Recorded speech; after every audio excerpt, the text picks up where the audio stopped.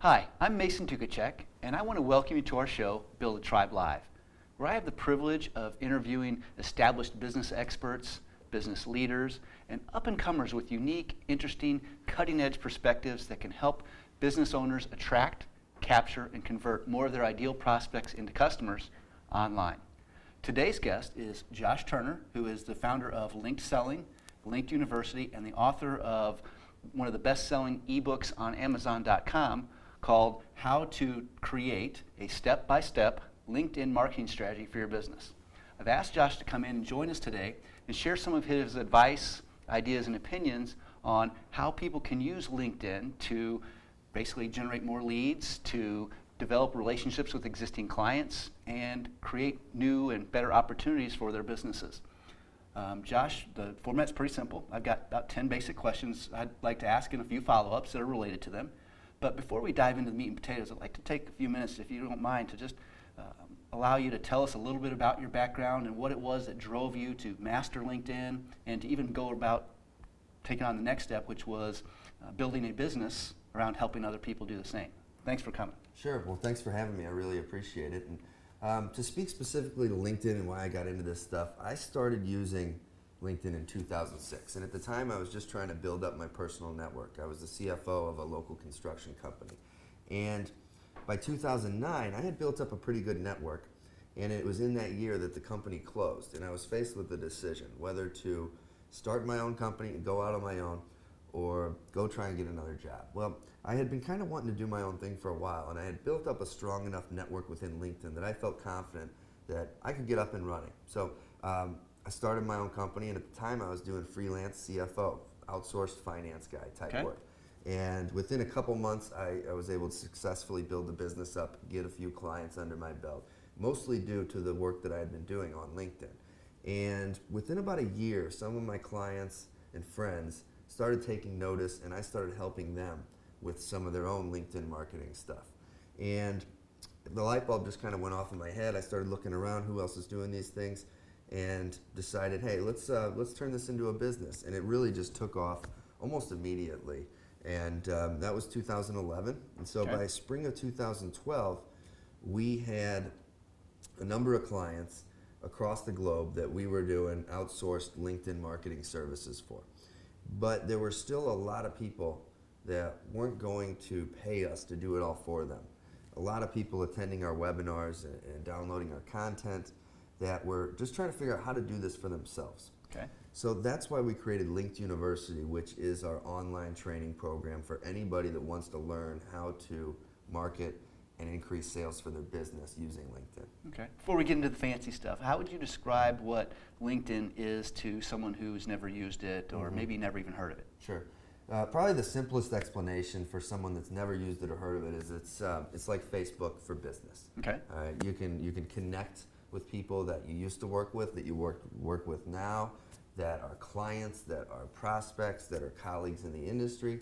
You can share updates with those people, you can message them, you can join groups and communities within LinkedIn, and you can share content that, if targeted the right way, can get in front of literally tens of thousands of prospects. Why is it relevant? Why does LinkedIn even really matter? I mean, you talked a little bit about it. I mean, what's the big deal? I think the biggest deal, first off, let me talk about a couple of the numbers. They have over 200 million members now in LinkedIn. And you were telling me offline that you got in when it was like 6 million or something like that. Yeah, in 2006 when I joined, I was member number 6 million and change. So fairly early. They started in 2003. But the main thing that matters is that not just that there's huge numbers of people, but they're the right kind of people. They're the decision makers. And for virtually any business owner I talk to, there is almost a limitless pool of prospects that they can find, identify, and reach out to in a number of different ways within LinkedIn. And it's not just any business person. LinkedIn has the most affluent demographic of any of the social networks. Average household income, I believe, over 120,000. The average age of a LinkedIn user, I think, is well over 25 years old. So if you're looking to use LinkedIn for business, then clearly that makes it very valuable and important. Yep, that's what it's for. I mean, anybody in B2B, so a business that sells to other businesses, any person that's looking to advance their career by positioning themselves as a real expert in what they do and getting in front of the right companies, or any even a B2C business, a consumer-focused business that is looking to develop new distribution channels or wholesale partnerships, or kind of the back office part of that business. LinkedIn is the place to be, because if you're trying to figure out where are my prospects at, most of the time that's where you're going to find them. Okay, how would you talked a little bit about how it's like Facebook, but how would you compare it to, say, even social networks on like YouTube or Twitter or Pinterest? Yeah. There's some things that, aside from just the business focus, there are some things that LinkedIn allows you to do that the others don't. Okay. And one of the biggest is anytime you're connected to somebody on LinkedIn, or anytime you're in a group with somebody else, or anytime someone's in a group that you start on LinkedIn, you can get a message into their email inbox. So it's Okay. really, it's almost an extension of your email marketing. Where the others Yeah. are kind of limited to like direct messages or whatnot, which people may or may not even check that often, but emails people obviously check much more often. Right, right. And the other thing is the ability to set up targeted communities that can attract prospects, and that you can go out and actively invite prospects to join. Okay. Whereas with some of the other, maybe Facebook, if you have a company page, you can invite people to it, but it's really it's not the seen same. as a promotional tactic, as opposed to within LinkedIn, if you build let's say it's an industry-based group that's resourceful, valuable content, and engaging discussions with people that care about that industry. That's the kind of thing when you invite a prospect to it, they're going to be like, oh, this looks interesting. Yeah, I'd like to be a part of it. And some of the other networks don't offer some of those things. The thing I would add, though, is that I think with business, with marketing, with sales, you can't just focus on one thing. There's no one silver bullet. True. And I think that any marketing consultant that would say this is the best thing and the only thing is leading you in the wrong direction. It should be looked at, with a little bit of suspicion. I can see that.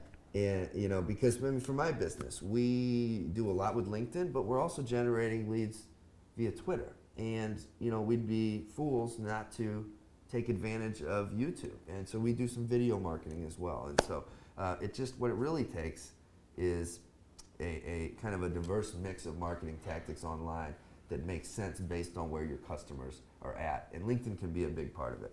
Sure. What would you consider some of the biggest myths or misconceptions about LinkedIn, and what would you say to clear Sure. those up? Sure.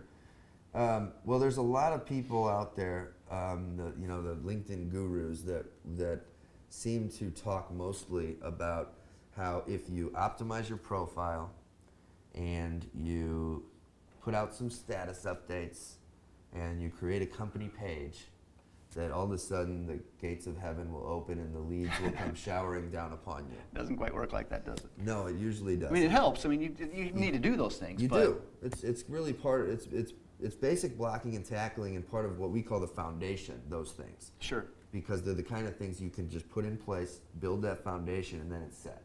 Right. Even with status updates that you can set up once a month and automate with tools like Hootsuite. Sure.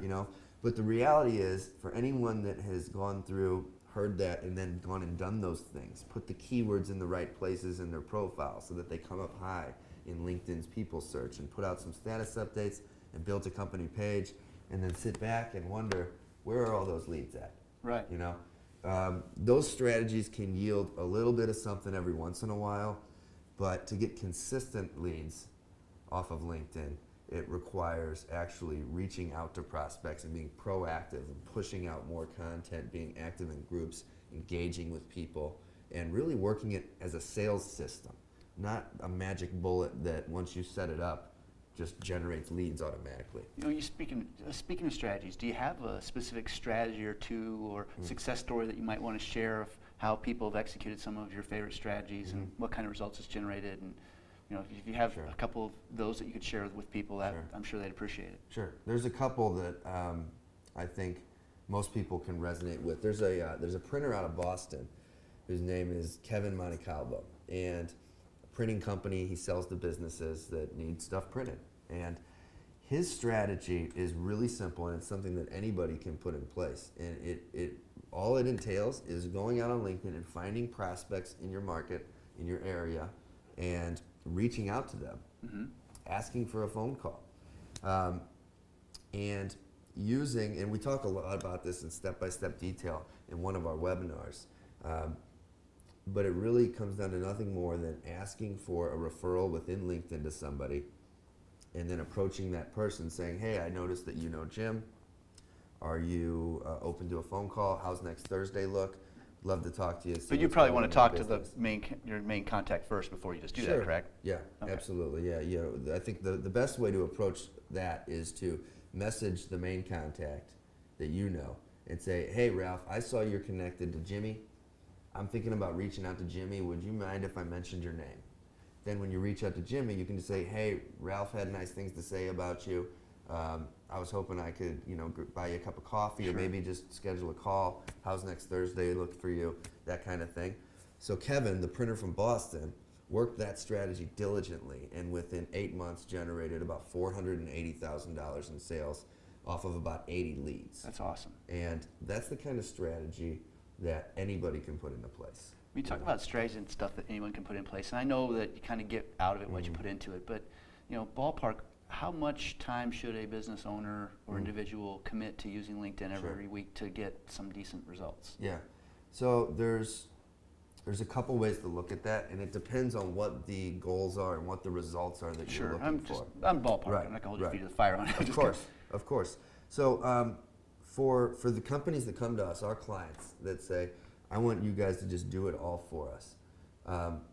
Let me first say that we are, on average, for a typical client, generating 20 to 25 leads a month. Okay. And the work that one of our account managers, one of the people on my team, has to put in to execute the strategies to generate that activity is usually about 25 hours a month. Okay, so it'd be a lot more for someone that doesn't know what not to do. It would be. So that's a serious commitment, but if it's paying off with results like what you described, may be worth it. It might be, but at the same time though, you don't have to spend 25 or 35 or 45 hours on LinkedIn. I mean, at a bare minimum, what would someone need to do to get by? I think with the strategy that I told you about with the printer from Boston, reaching out to first-degree connections to ask if it's okay to mention your name when you contact prospects that you know those people are connected to. If you did that for an hour a week, work that strategy, then you could generate some legitimate leads and opportunities. What would you say to people who are hesitant to really commit to using not just LinkedIn, but any social media outlet because they're afraid of being vulnerable or being out there, being open, being authentic?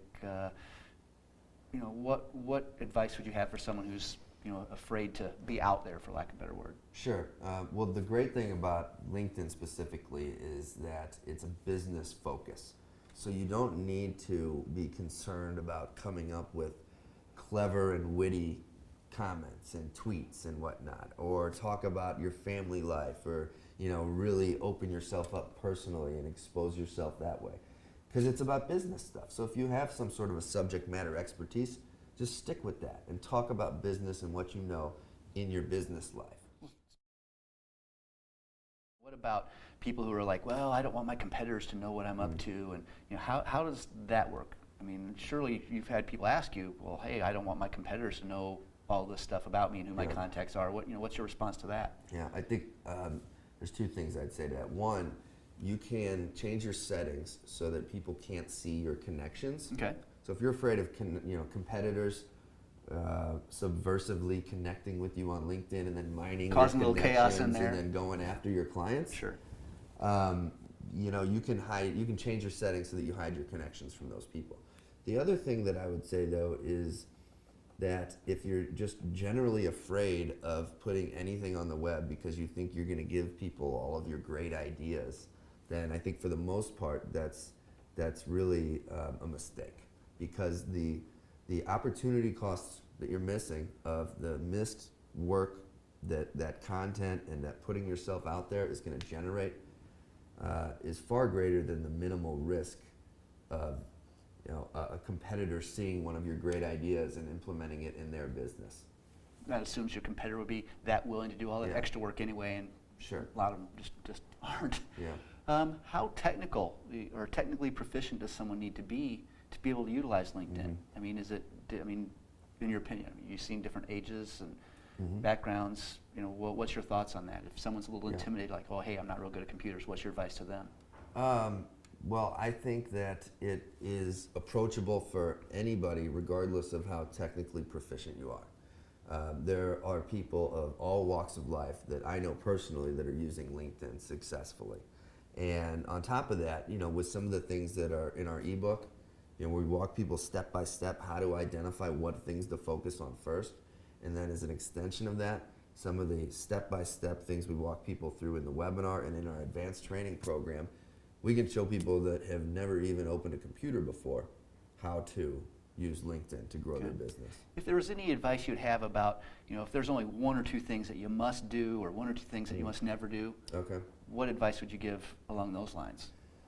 The things that you must do, well, first just be there, Okay. And do some of the things that we talked about earlier that I said are part of the foundation that they're easy to put in place. Get your profile set up, automate it with some status updates so that you're getting yourself out there, and then export your email connections from whatever your email client is. Okay, that's a good tip. Import them into LinkedIn, and you should be able to quickly grow your connections so that you've kind of got something worth working on there. What about the don'ts?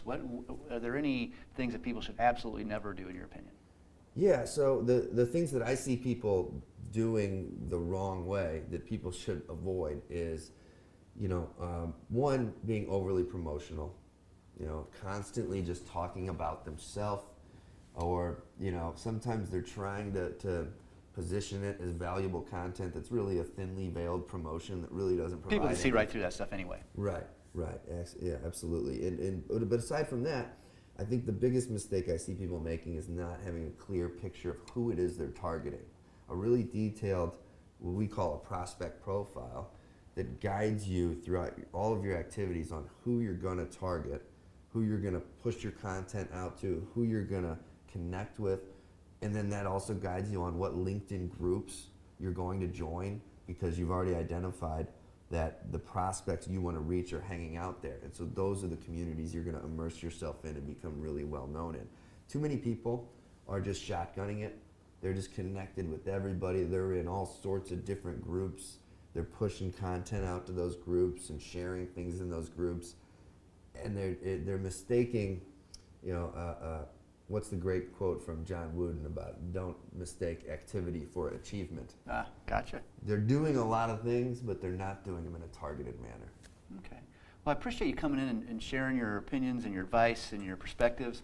If you don't mind, take a few minutes just to let people know how they can learn more about you and how they can implement some of the things that you've talked about. I mean, Sure. some of the resources you have available. Well, thanks a lot for having me. I appreciate it. My pleasure. It's been a lot of fun. The first thing I think people should do is head over to Amazon and pick up a copy of How to Create a Step-by-Step LinkedIn Marketing Strategy for Your Business. Okay. It's the best place to start because it just really kind of shows you the holistic picture and helps people identify based on what resources they have or time they have, what to put in place.